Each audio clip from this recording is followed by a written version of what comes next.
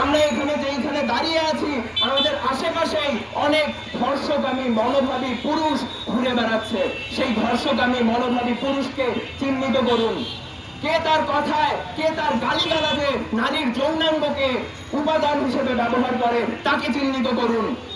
কে তার কথায় সব সময় গালিগালাজে নারীকে নিয়ে আসে তাকে চিহ্নিত করুন। এর অর্থ তার মধ্যে ধর্ষকামী মনোভাব ভেতরে ভেতরে প্রবল পরিমাণে আছে। এবং এইসব ধর্ষকামী মনোভাবী পুরুষকে শনাক্ত করুন। যদি রাষ্ট্রীয়ভাবে আমরা অবশ্যই শাস্তির চেষ্টা করব, এবং যদি রাষ্ট্রীয়ভাবে কোনো ধর্ষককে শাস্তি দেওয়া নাও হয় আমরা সামাজিকভাবে তাকে শাস্তি দেওয়ার চেষ্টা করব। কারণ আমাদের দেশের পরিসংখ্যান বলে এই দেশে 100টা ধর্ষণের কেস থানা পর্যন্ত গেলে সেখানে মাত্র 3টা ধর্ষণের ঘটনার বিচার ঘটে, বাকি 97টা ঘটনার বিচার ঘটে না। আপনারা কি শুনেছেন কখনো যে কোনো সাংস্কৃতিক সংগঠন, কোনো বাউল আখড়া, কোনো ফুটবাদী, কোনো মাজার, কোথাও কোনো ধর্ষণের মতো বলাৎকারের মতো ঘটনা হয়েছে? আজ আমি একটু কথাই বলবো, শুধু রামিতা নয়, প্রত্যেকটি মাদ্রাসায় যেসব বলাৎকার করা হচ্ছে ধর্মের নামে ছোট ছোট শিশুদেরকে, প্রত্যেকে বলাৎকার এবং ধর্ষণের সুস্থ বিচার আমরা চাই।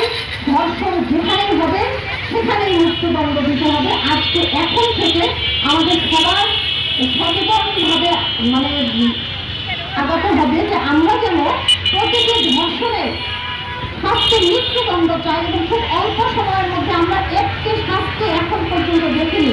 রামিসাকে দিয়ে শুরু হোক, বিগত সময়ে যেসব ধর্ষক ধরা পড়েছে, প্রমাণিত হয়েছে, প্রতিটি ধর্ষণের শাস্তি আমরা মৃত্যুদণ্ড দেখতে চাই।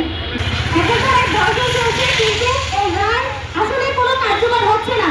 সরকার বলেছে 1 মাসের মধ্যে রামিসা হত্যাকাণ্ডের রায় দেবে, কিন্তু তার কতটুকু পাশে রায় কার্যকর হবে আমরা কিন্তু এখনো জানি না। আমরা সরকারের কাছে আশা রাখবো 1 মাস পর যাতে যত দ্রুত সম্ভব যাতে তার ফাঁসির রায় কার্যকর করা হয়। আমাদের নিরাপত্তা কোথায়? আমাদের বিভিন্ন কাজে, স্কুলে, কলেজে, বিভিন্ন জায়গায় যেতে হয়। সবসময় কি আমাদের বাবা মা আমাদের সঙ্গে থাকে?